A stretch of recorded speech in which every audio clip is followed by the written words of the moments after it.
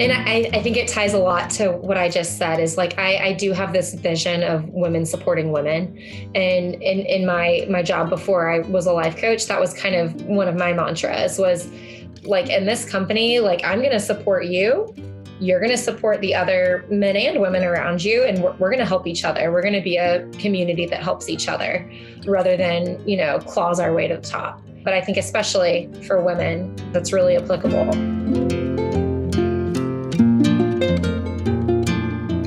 What if you had the confidence and boldness to ask for what you want, go for that promotion, choose to change lanes, or live your way into your biggest goals?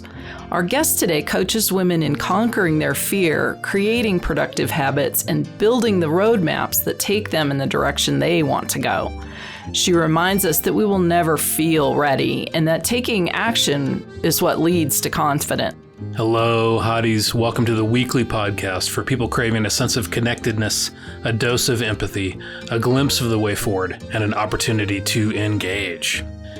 Kate Hudson, our guest this week, is an executive life coach, public speaker, and the owner of Shattered Glass Coaching.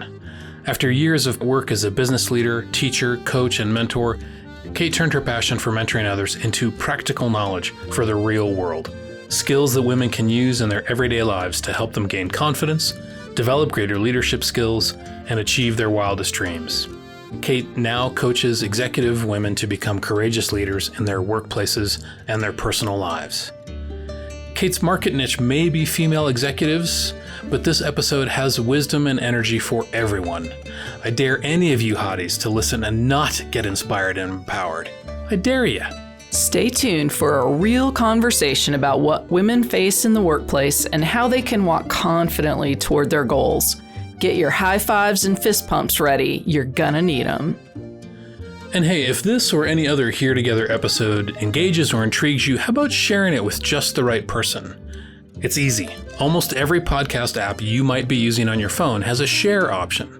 Or you can go to our podcast webpage, here-together.us/pod, and find the green envelope button either on the sidebar on the desktop or the bottom of the screen on your mobile device, and send the episode link via email to all of your favorite people. Think about the woman in your life who would love to get a little more confidence, a little more inspiration from Kate Hudson.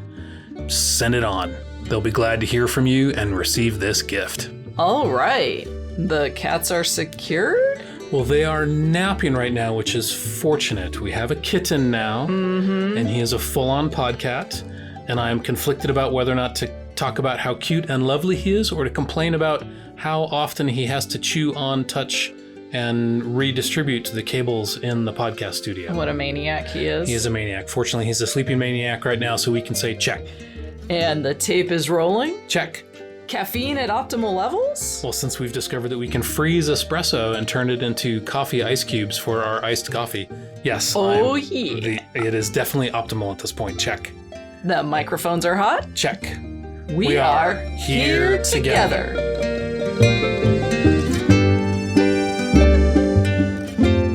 Great. Welcome so much, Kate. We really appreciate you being here with us today. And we know that a significant portion of our audience is female. And we know we suspect that they're listening in part because we talk about, how are we going to be more engaged in the world? How are we going to be of service in the world? How are we going to bring our gifts to the world? So I think you are, a perfect guest for our audience. Thanks for being here. Thank you for having me on today, guys. Awesome. And Kelly, why don't you ask the first question? Yeah. Well, we are very curious about people's trajectory from the early days to where they are now and how they got that way. And so we ask everybody, what did little 10-year-old Kate want to be when she grew up? I used to tell my mom that I wanted to travel overseas and write. And I don't think I knew if there was a job for that or not, or what that looked like. But I think it speaks to my adventurous side and the fact that I like to get out and about and meet new people and kind of record those experiences. I'm not a travel writer or anything along those lines, but I still do have that adventurous spirit. And I think that even 10-year-old me knew that I would not remain in one place for too long throughout my life. So the last year's been kind of a challenge for you, I imagine. Yes. Along with being adventurous, I'm also a pretty extreme extrovert. So I've had to definitely get in touch with my introverted side, pick up some books and lots of phone calls and Zoom calls. I know a lot of people are tired of the Zoom happy hours and are tired of the Zoom calls, but I love it. It's what keeps me going. Nice. Great. So it sounds like little Kate was ready to be the next Elizabeth Gilbert, but I guess you still have time. You're young enough to be the next Liz Gilbert. Can only hope. I can only hope. Yeah. Great. I wonder, what was it? Eat, pray, love. Do you have 3 words that you would put on a cover of a book? Do you know? Ooh. That's a good question. Eat would stay. I want to keep that one. Right. Maybe eat, laugh, chat. Ooh. Love it. Yeah. Love it. Kate, I was looking at your website and your materials, and one of the things that stood out to me was this talk about confidence and bringing more confidence to the workplace. And just kind of curious, what gives you confidence now? I think what's given me confidence over years is taking action. And it sounds kind of counterintuitive because you think you need confidence in order to take action. But I actually think it's the reverse. I think that when you take action, any action is when you gain confidence. And I used to have a mentor who told me that competence breeds confidence. So I think doing anything well, large things or small things, are what ultimately bring you more confidence, just a deeper assurance of yourself. And for me, by doing some traveling and by having some career changes throughout the last 10 years, and doing different things that I never felt ready for, but I just took action and I did them, because who's ever ready for what's next? Just doing something is what's given me confidence. And I try to instill that into the women who I work with. Oh, that's great. Do you have a particular example of something that you didn't feel ready for, but you did anyway? Yeah, absolutely. So straight out of college, I actually joined Teach for America, and I was teaching 4th grade English in rural Louisiana. Yeah. And that was a crazy 2 years, and I definitely wasn't ready for it.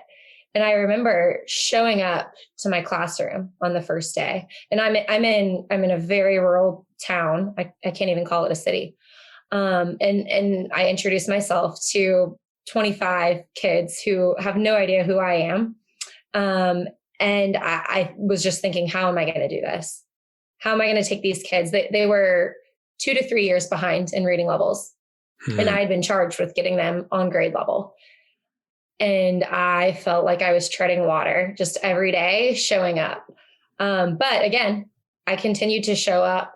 I stuck to my commitment of being there for 2 years and teaching these kids for 2 years. And just by showing up every day and deciding I'm not going to quit, I'm not going to give up. And not everybody makes it all the way through Teach for America. Not everybody makes it all the way through that 2 years commitment. There's a pretty good dropout rate of that program. Yeah, exactly. It's true. And even my first year compared to my second year, I saw immense growth in myself, and I wasn't a different person. I'd only had 1 year of experience teaching. It wasn't like I had this like life-changing training or gotten my master's or anything. I was the exact same Kate as I was the year before, but just by showing up and being competent and finding really little wins throughout the semester and the school year and recognizing those wins that I did have, and celebrating them rather than thinking, oh my gosh, every day is a challenge. I was able to feel more comfortable and more confident. And even year 2 was just so different from the first year. So focusing on the wins rather than focusing on how hard it is or was. Yeah, I think if you can find even just the little wins, the little things to celebrate, and it's not always easy. You have to force yourself to do it, right? Or have an accountability partner or somebody great in your life who can help you do that. Is really helpful. But focusing on the negative and the gripe sessions, I think I would have been in a really different place. So it sounds like you have kind of a team approach to success, that we're not in it ourselves, that we can ask for help and work together to help each other succeed. Definitely. And I when I was a kid, my parents used to say, who you hang out with is who you become. And I used to kind of scoff at that. But now I actually think about my own life. And if I hang out with 4 successful people, I'll become the 5th. If I hang out with 4 really funny people, I'll become the 5th funny person. And I think there's definitely some worth behind thinking through who your circle is, who your smaller community is, and the successes that you can share and what you're going towards. And there is some truth to that statement that I was told growing up. That's why we've been doing this podcast. We're just trying to we're just trying to be the 5th person in all of these podcasts. Right. We're trying to find the right people to hang out with. The 5th smart person, the 5th motivated person, the 5th, adventurous person. Yeah, exactly. I love that. Yeah. Are you up next, Kel? Well, you did a different question. I was curious what gives you confidence now? Has anything changed? That was actually, I messed up. I didn't ask the younger woman question. I asked you asked the older one? Yeah, I think we're good with that one. Oh, okay. Yeah. Then I'll move on to the next question. So you quit your corporate job, Kate, to start your own business. In the middle of a pandemic. Oh, you did it last year. Yes. Oh my goodness. So that is a really big, bold move and speaks of confidence. What triggered it and what gave you the guts to do it? So the company that I was working at before I started my own business, I wore a lot of hats in the role that I had. So I was doing sales, I was doing marketing, customer retention, I was hiring employees, I was training them. And from doing all of it, basically, I realized my favorite part, the part that really fired me up, was mentorship and mentoring and coaching these younger employees who I was hiring, who I was training, and watching them grow and watching them find success. And I had more fun with that than I ever had in sales or marketing. And that's why I kept showing up to work. It's just for those people and those people that I was continuing to see grow. And then flash forward to 2019, just a few months before the world shut down, I was actually on a surf retreat in El Salvador. It was a women's surf retreat. There were 10 women. We were all in our 20s or 30s. And I was sitting on a beach in El Salvador, and I was talking to some of the women about how much I love being this mentor, how much I love cheering people on and seeing their successes. And one woman in the group said, Kate, you would make a great life coach. And I kind of dismissed it at the time. Again, we're sitting on a beach. I'm like, that's an interesting thought. And I didn't think much of it, but it kept coming back to my mind over the next couple weeks, couple months. I'm like, Emma said I would make a great life coach. What does that even mean? And I started researching it. I started looking into it. And I came to terms with the fact that this is a real career. It's a real job. People do this. People can make a career out of this. And essentially, I'm getting paid to be someone's personal cheerleader. And the idea that I could make a living out of that just sounded so fulfilling and so cool to me. And wasn't something I had ever toyed with until I actually got home from the beach and started researching it. And the more I did, the more right it felt. And of course, it was, by that point, it was the middle of quarantine. And I just thought, my whole life has changed. Everyone's whole life has changed. Why not add some more change on top of that? Why not just change my whole life entirely if things are changing anyways? And that was the impetus of how I decided to start my business and become a life coach. Mm-hmm. I'm a big fan of mentoring. I ran a youth mentoring program for 10 years, but since then I've really been noticing how mentoring shows a particular kind of strength in that, kind of an old way of imagining success, which I don't think has ever really been successful, is like, I got mine, don't worry about his or hers in this case. And, the pie is limited and nobody gets to come up behind me. I'm locking the door to the C-suite and nobody's taking it away from me. But I notice that when I mentor other people, whether they're youth or other adults, I feel amazing and I feel really strong and powerful. And I'm just kind of curious, tell me a little bit more about what you like about mentoring people. I love seeing other people accomplish their goals and other people reach their dreams. I think there's something really cool about hearing it from the start when it's just a dream. And that's how all my work with my clients begins, is I start out with like, what do you want? What do you really want in your life? And then we go about how we're going to get it. Like, what's the plan to get there? That comes in a little bit. And seeing them actually start getting it and eventually fully reach that goal is so rewarding. And just like you said, I feel really encouraged and almost validated when I'm like, I helped with that. Like, because of my support and my accountability and the tools that I taught somebody, they were able to reach those goals, I think is incredibly rewarding. And I think there's also this aspect of, I feel like I can only take my clients as far as I'm willing to go for myself. And I feel like just in the past year, since I started my business, that being a coach has forced me to be more confident and be more bold and be more focused on my own development. Because if I'm not, how can I tell my clients to do that? And that doesn't mean I don't have my flaws and that I don't have the same issues that everybody else has, but it means that I'm forced to be more intentional about the goals I'm going for and what I'm doing in my life. And that's been really cool to see in myself as well. Yeah. Yeah.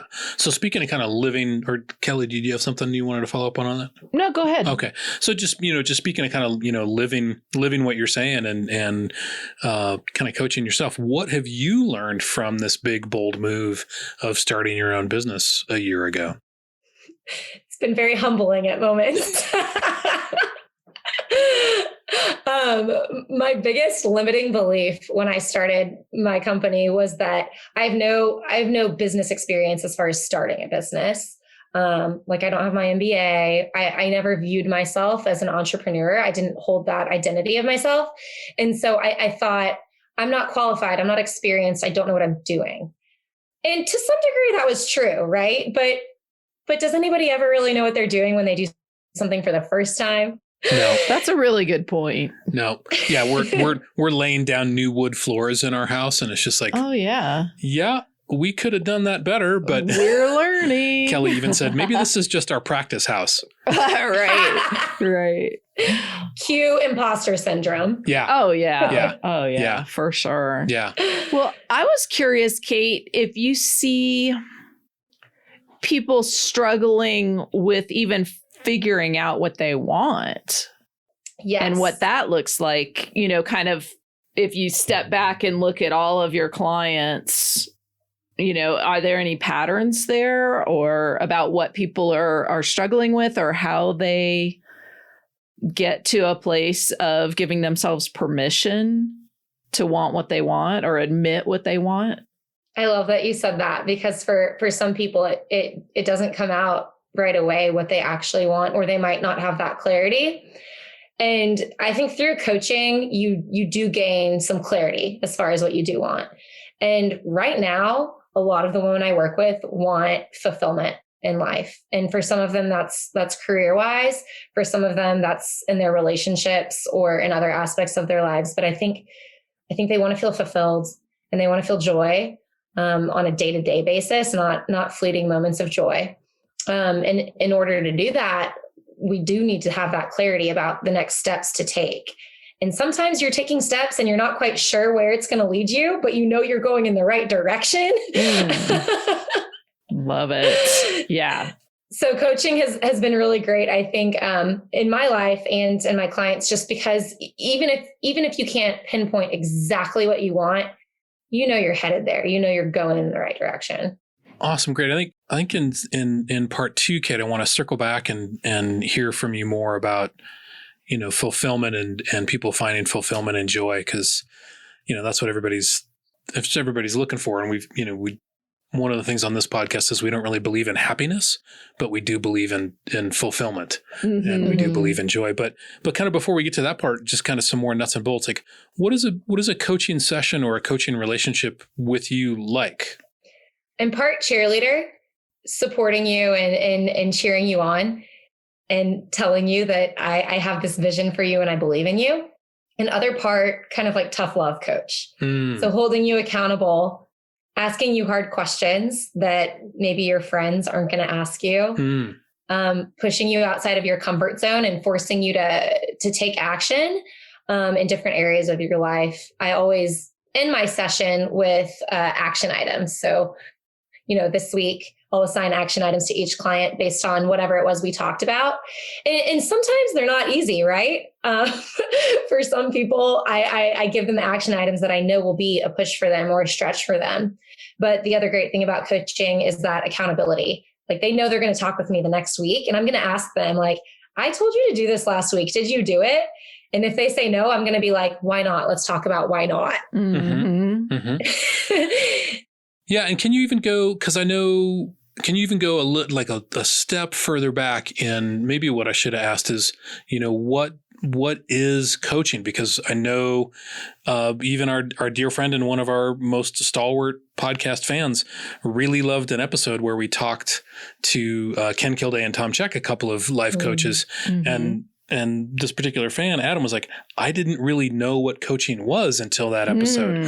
So yeah, I mean, is it therapy? Is it like a football coach? Is it a volleyball coach? What is executive coaching, especially as you do it? Yeah. And with coaching, of course, there are so many different types of coaches. In my specific role with executive life coaching, I'm working with people who want to achieve certain goals.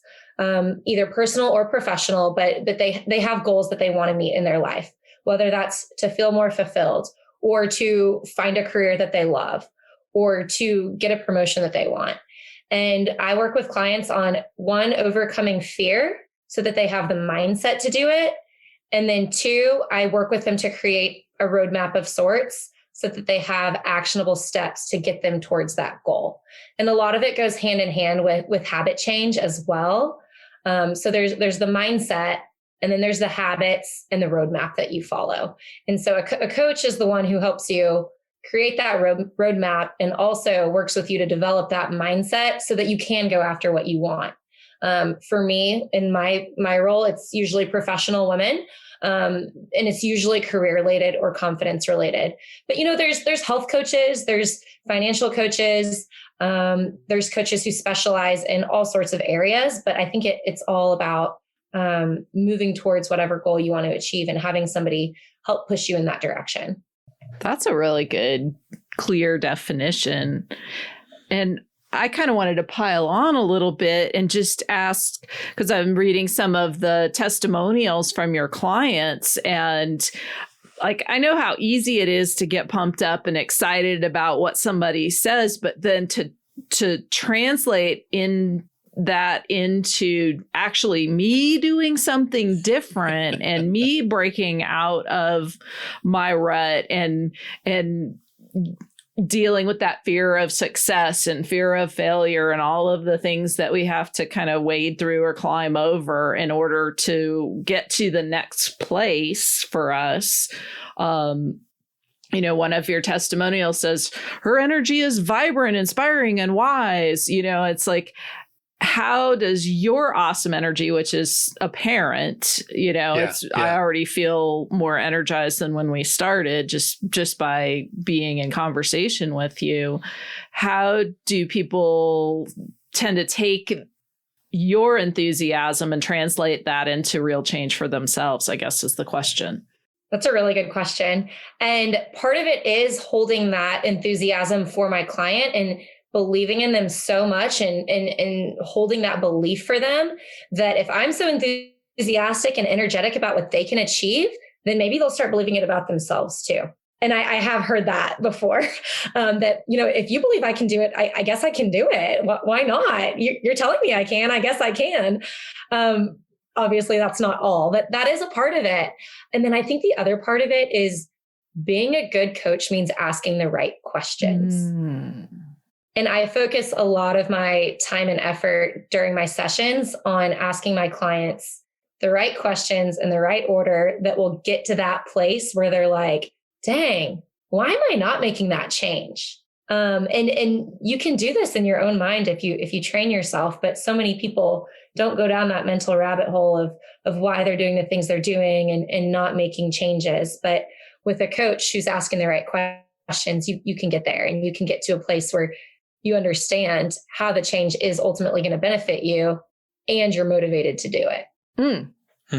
Wow. Yeah. Well, that's inspiring. That's inspiring. I just got off just a free coaching session with Rick Hayland. Oh, you did. Highland.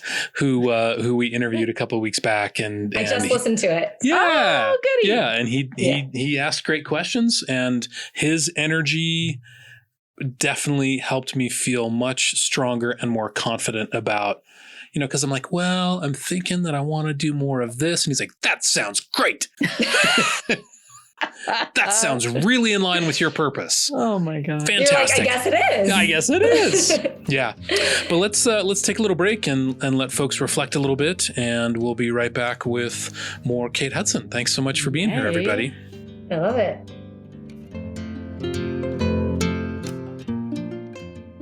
If you're enjoying today's podcast, you might also want to check back and listen to episode 42, How to Turn Setbacks into Success, with serial entrepreneur Melanie Benayet. She's one of our favorites, and she'll be one of yours too. You can also listen to episode 60, How to Get Coached, with Ken Kilday and Tom Check, and find out what happened when Charles and I got coached. Live and in person? And in person. Well, 11. It took 11 minutes of coaching each. Yeah. For us to experience. For us to get growth and change. Get kerpowied. Yeah. Yeah. So another good one is episode 70, How to Live Your Purpose, with Rick Hyland. Which we just talked about. And he is a dear, and we like him a lot. And for a slightly different kind of podcast, check out the Remaking Manhood podcast, which is out now on all of the podcast platforms. Yay! I'm excited for all of the women and all of the men. Yes.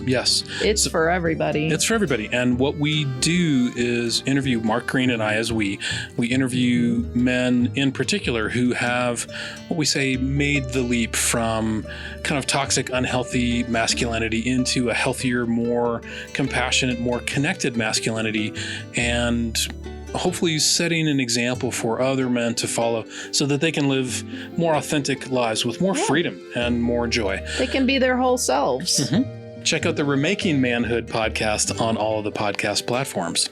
And if you're liking what you're hearing from Kate so far, take advantage of her free breakthrough session.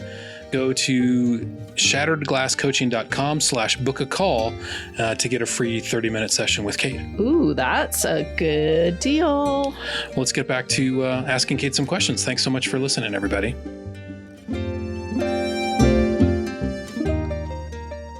And we're back with the Here Together podcast and Kate Hudson. So, Kate, again, your energy is contagious and wonderful. I'm squirming in my seat. But what is it that you like best about coaching and supporting professional women?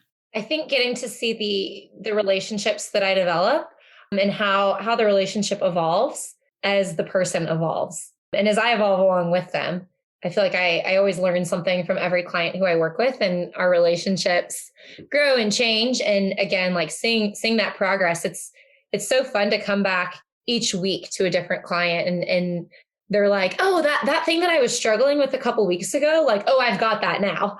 And being like, oh, okay. So funny. I had one client who, she was a big caffeine addict. And she said, I'm going to keep drinking caffeine, forever. That's a non-negotiable for me.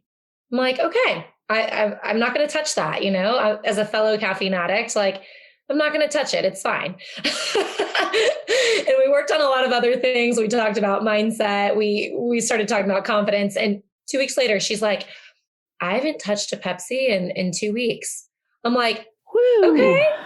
And she's like, I'm not drinking coffee in the morning. I'm like, I don't know how this happened, but this is awesome. And I think that she really was feeling just like a more confident version of herself. And she took that identity that she didn't need caffeine as a way to cope and keep her energy up anymore.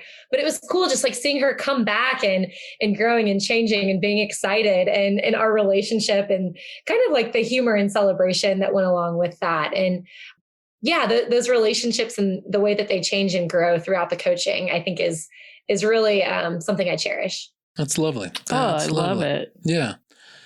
So was there something that you were seeing, in the workplace that in particular with women that you really wanted to take a stick to or see some change happen? So many things.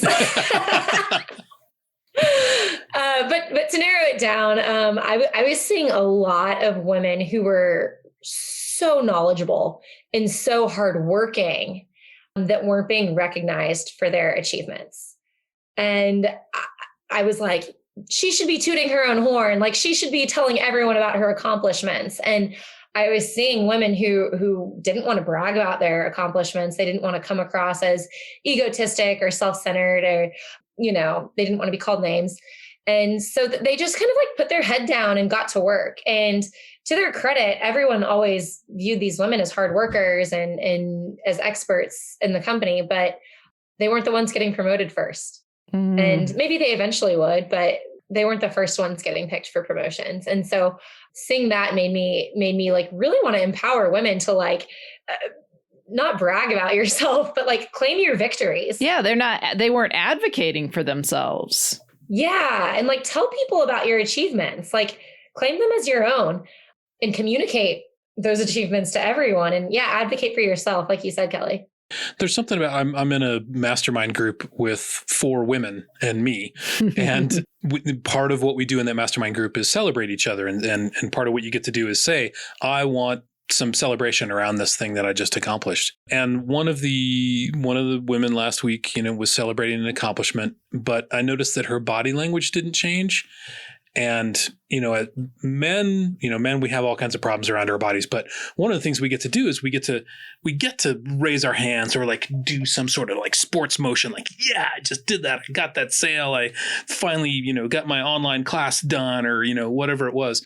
And I know that, sadness and trauma and anger can get stuck in the body. And I was just wondering, like, why can't accomplishment, can't we anchor that in our body so that we can be more confident, so that we can, build on our successes? Like, what can we do as men and can we support women and like, go ahead and like make a motion, when you accomplish, raise your fist or put your hand on your heart or wave your finger or whatever it is when something awesome happened.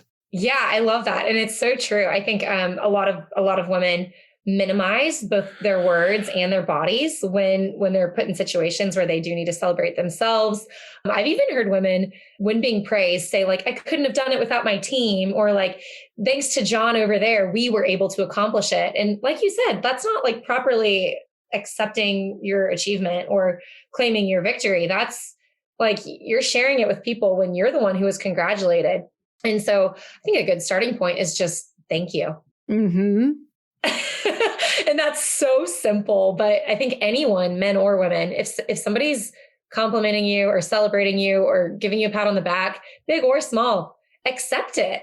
Say thank you and smile. Don't say thank you, but, or like, oh, we got lucky. Just thank you. Great.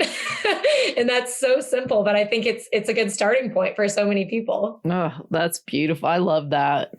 Simple thank you. It's not easy. I think we've had that challenge on here to accept a compliment, and it's people have real trouble with that. Yeah, even between the two of us, like just saying thank you, Kelly. Mm-hmm. You're like, welcome. Yeah.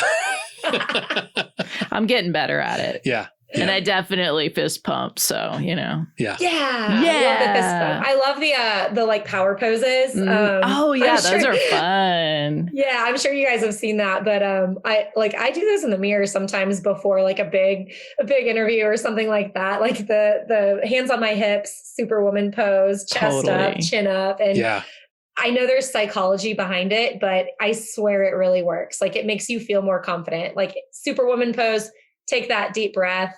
It tricks your mind. It does something for you. Yeah, our bodies have a wisdom that we don't use enough, I think. I think about Gal Gadot playing Wonder Woman. I just watched the 4-hour Zack Snyder recut of Justice League, and she's like radiant and having a wonderful time and being really powerful. And then there's like Batman schlumping around. I'm so sad. And even Superman's like, I'm so dark and disgusted with myself. Oh no. Like Wonder Woman doesn't have any time for that, man. She's just like standing there. Anyway. The other shift that I think is also subtle but powerful is switching from we language to I language. So when you're talking about something that you did, saying I XYZ rather than we. So like taking that credit and this is especially useful, I think, in a work setting, but I guess it could be applied to any aspect of life, is like, I did this, or I am going to do this, not like, we got it. Like, no, put the responsibility, but also the victory on yourself. Cause it is you. Like give yourself some credit, not just the team, but for yourself. Yeah. I'm curious. I think there are a lot of barriers to women getting equality and power in the workplace. But I think at least at some point, it was literally dangerous for women to do the things that you are now coaching people to do. And I don't know when maybe that changed, but I'm really curious how you handle that fear that, there might be retribution or there might be consequences for taking that power back. And, what other kinds of barriers have you been seeing for the women that you work with? I think a lot of these habits come from years and years of learned behavior. Like when we were girls in school. Like being obedient and being agreeable and following directions and being quiet, that served us well. Yeah, we got brownie points for that. We got gold stars for that. It made us great students. And that whole mindset, of course, carries with us to adulthood, but it doesn't serve us well in the workplace. And maybe certain aspects of it do. I think females are great relationship builders, and that does serve them really well in the workplace, finding allies and finding relationships at work. But I do talk to my clients a lot about how, if you're struggling at work or if you're feeling like you don't have a voice, one, it's not your fault. This is carrying over from childhood, and every other woman I'm working with is dealing with the same thing. So this isn't your fault. This is habits. It's behavioral habits from when you were a child. And so many of the things that I coach people on is just thinking, okay, which of these habits that you either have that you need to break or habits that you don't have that you should get into would give you the biggest bang for your buck? And for some women, it is speaking up and having a voice and me coaching them on how to do that. For some women, it's speaking less. Yeah, I know some of them. So it is I have really been situational. one of them. Me too. So it's really situational from person to person. But I think either breaking a few habits that are going to be the most impactful or building new habits that are going to be contributing to your success is what can make the big difference. Yeah. Yeah. And I want to stay with this for just a little bit because, the name of your coaching program is Shatter Glass, and you're talking about the glass ceiling. Yeah, I think that's kind of where I was going, and I didn't really formulate it very well. Can I ask the question again? Because I think you're dealing very, very closely with people's personal skill sets and personal mindsets. And at the same time, there are systemic issues that keep women from succeeding. And is just a personal shift enough to take on that systemic barrier? I guess is that in the neighborhood of what you were being curious about, Charles? Well, yeah, I mean, I'm kind of presupposing. I'm curious about whether or not those personal changes, whether you have stories of women who made those personal shifts and made those personal changes, and you know, how did they handle the pushback, or did it actually change their workplace culture? Mm-hmm. Yeah. Or did they have to go somewhere else to be, you know, purposeful and fulfilled and be wholly themselves? Yes. Answer any part of that you want to. Yeah. We're famous for our question clusters, and so that was one of them. Yeah. Yeah. I think that one woman pushing the boundaries is enough to make organizational changes. Ooh, bold. I do. And I also think that the more women who either hire coaches or do some kind of developmental work in order to better themselves and break that glass ceiling, I think that they become the role models for the children now. And so you talk about mentoring youth. Right now, this generation of kids, they're seeing a female vice president for the first time ever. I never saw that when I was a kid.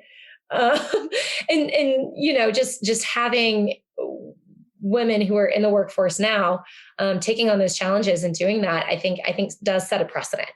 So that it is a bold statement, but I would argue that one woman making those changes is enough to change things on an organizational level, which will someday make some systemic changes, which is so cool to think about as a coach that my one client could have that impact.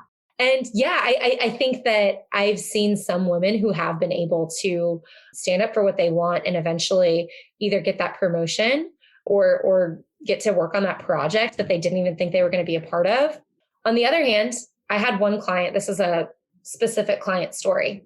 She was torn between if she wanted to stay in her current role or switch careers altogether. And we did a lot of coaching and a lot of back and forth about why she might want to stay in her current career and why she might want to switch. And she was a manager and she was looking to be a director. She wanted more responsibility. She wanted to manage a bigger team. She was managing a small team at the time. She did want a raise. She wanted more responsibility. She wanted to feel like she was trusted in the company, and she wasn't feeling that. And what it ultimately came down to is you need to figure out if that's coming up for you or not, which led to some hard conversations that she needed to have.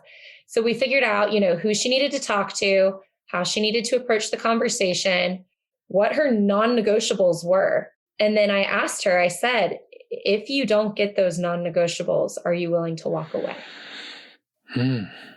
And she said, I'm willing to walk away if I don't get those. And she goes into the conversation and she has the conversation. And she did not have confidence that she had a clear path to that director position that she wanted. She said it wasn't a no, but she didn't feel confident about it. I said, are you willing to walk away? She said, I'm willing to walk away. She comes at me the next week and she said, well, I told them that I wanted to walk away after our conversation and I got a promotion. Yeah. But even if she didn't, though, she stuck to her guns about what she wanted and what she wasn't willing to give up. And she knew her value and what she was worth. And if it wasn't going to be at that current company, she was going to take a leap into a new career. And I bet she would have been successful in it. And the point was that she stuck to what she really felt was worth it for her. And it did end up working out for her. But if it wasn't, she was prepared to walk away, which I thought was bold and admirable.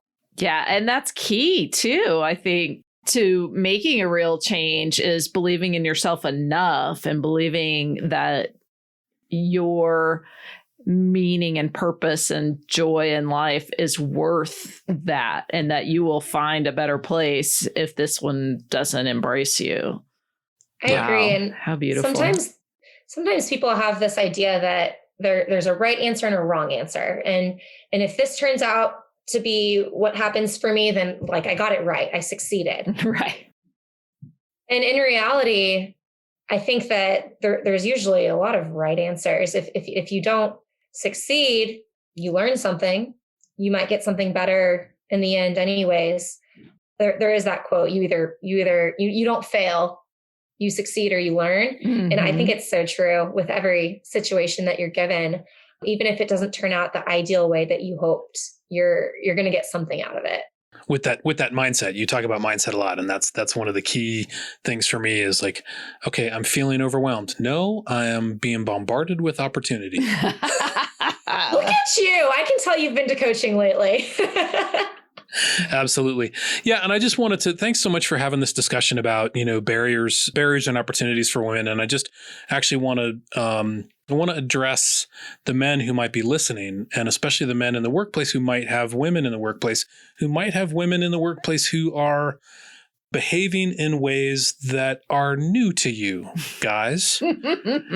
So if a woman in a meeting says I instead of we, and you're feeling a little uncomfortable, just like check in with that. Like, why, if you're wanting to like go to the water cooler and say, wow, wasn't she a bitch? Like, what's that about?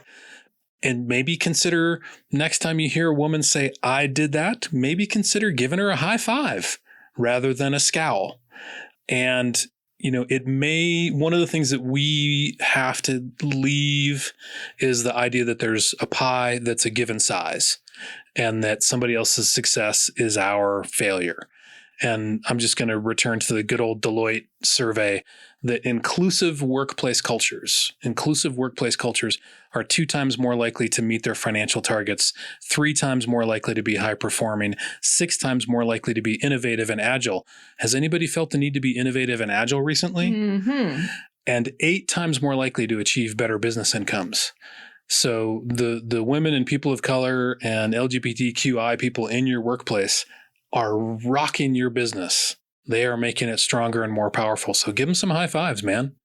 I love it. I love it. Yes. Yeah. I really like spreading that news. I think about like, what if we'd all been 8 times more likely to achieve our outcomes for the last 1600 years? It'd be like, right. We would be on Mars for sure. Yeah. Yeah. Flying camels on Mars. Yeah. Is my thought. But let's take another little break and come back with some more inspirational questions and answers and question clusters. And general awesomeness from Kate Hudson. Yes. Great. We'll be right back. Charles just dropped the mic. All right. I get to live with that. Love it.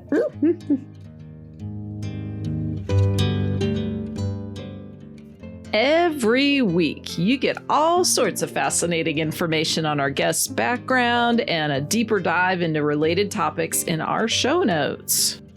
You can always find the latest show notes at here-together.us/pod for the latest episode, or go to here-together.us/library for show notes from our full catalog of episodes. Basically, go to here-together.us for all the goods. And you know that on every episode, our screamingly intelligent, ridiculously wise, and abundantly knowledgeable guests propose a science, a behavioral or relationship experiment that you can do for a week, that we all can do for a week to see how it changes our lives. We invite every listener to join in the fun, but we know that not everyone wants to experiment on themselves. There's been some movies that have gone badly that way. Yeah. But in fact, Adam Young, one of this pod's most stalwart hotties, that's what we call Here Together fans, say that one of the best parts of this podcast is watching Kelly and I do our personal growth work in front of you all. He says he gets a vicarious thrill out of hearing how we take on each guest's challenge. You can check out the Science Report every Saturday morning on Facebook Live. That's where we report back to you about the week's science and our experience with it. You can find the live science on the Here Together business page, but a better idea is to join the Here Together Community Lab Facebook group so you're more likely to see the inspiring, helpful content in your feed, so you don't have to even go looking for it. Just shows up. It's right there. Okay, let's get back to wrap up the show and to hear Kate's do a science challenge. Yay, I can't wait.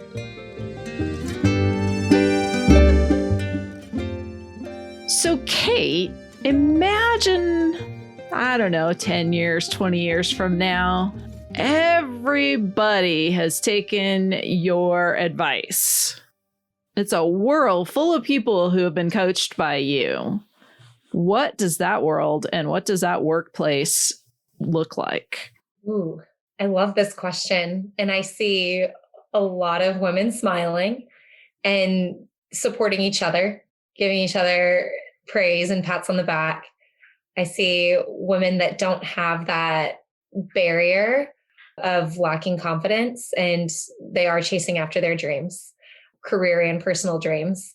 See a lot of solo female travelers. I see a lot of women entrepreneurs. I see a lot of women who are family women with their kids that also run companies. And I see a lot of just joy and smiles and support and encouragement. Like, it makes me smile just thinking about it. Sign me up. Yeah. Yeah. And we said earlier we were going to talk more about, purpose and meaning. And I'm just kind of curious what that looks like for you personally, and what you want to see more of for the women that you work with. And I think it ties a lot to what I just said, is like, I do have this vision of women supporting women. And in my job before I was a life coach, that was kind of one of my mantras, was like, in this company, like, I'm going to support you.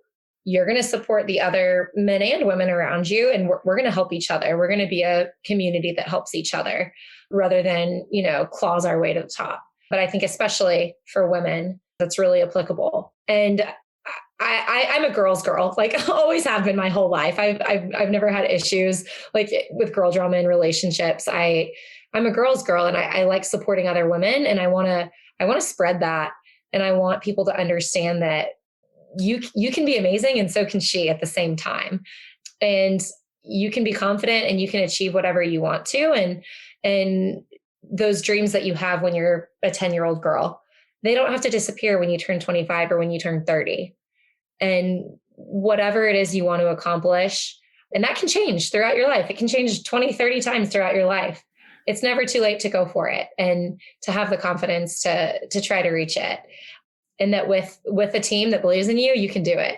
So don't be afraid to ask for help, and let's do it together. Great. I love that. Great.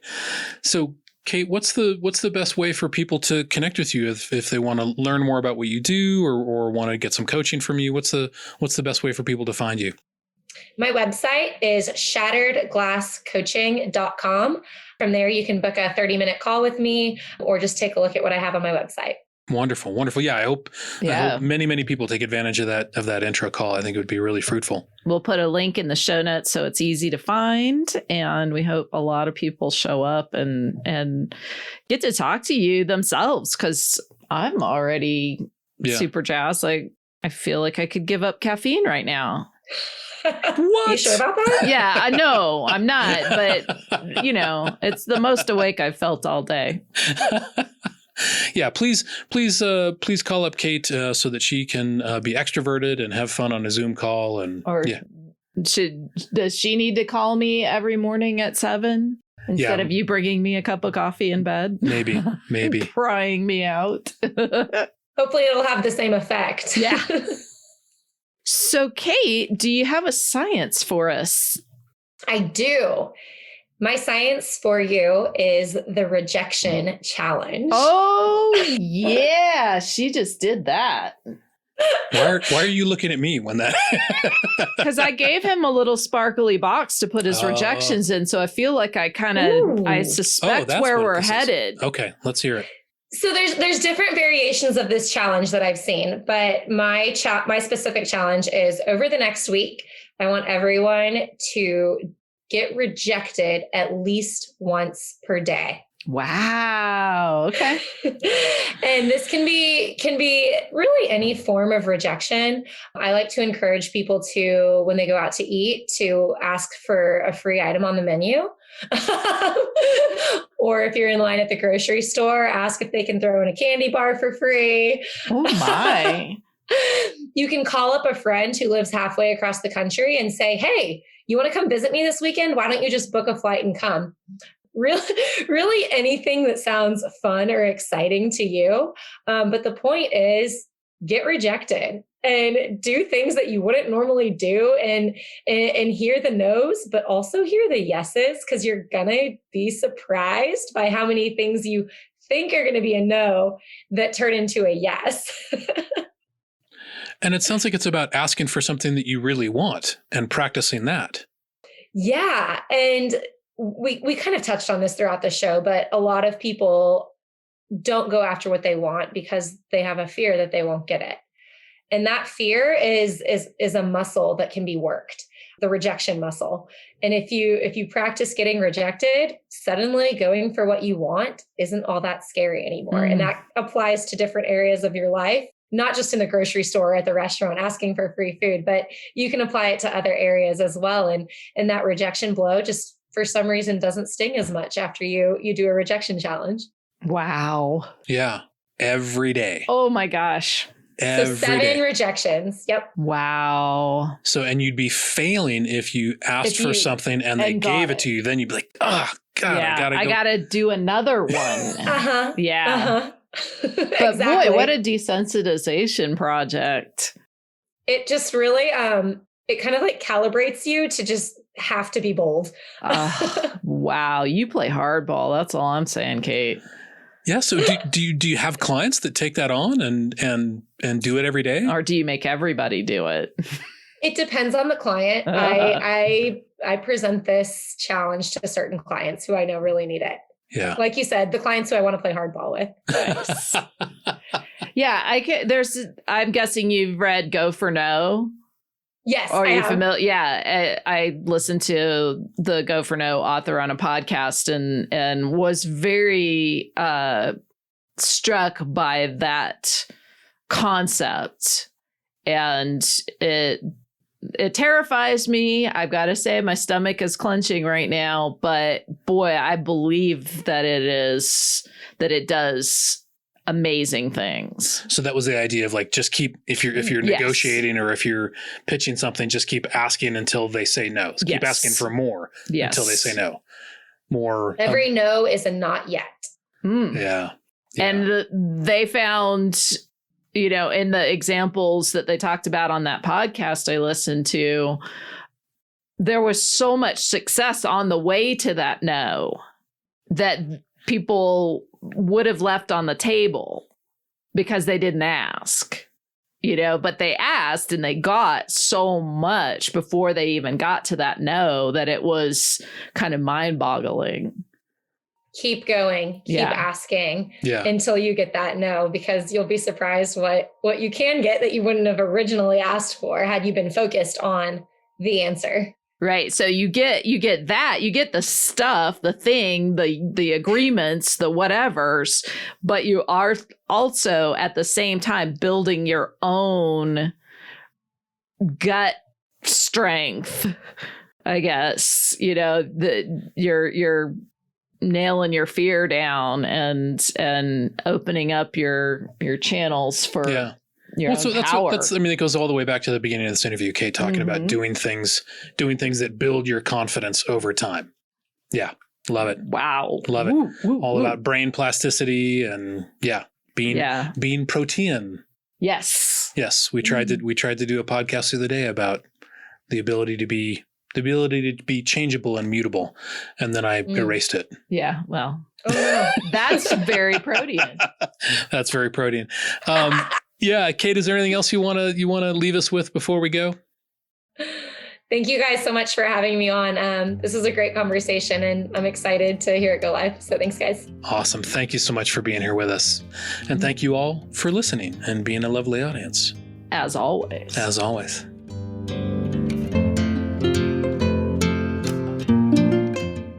So we're going to start celebrating the little victories and our own accomplishments. We're going to just say thank you. We're going to dial in our non-negotiables and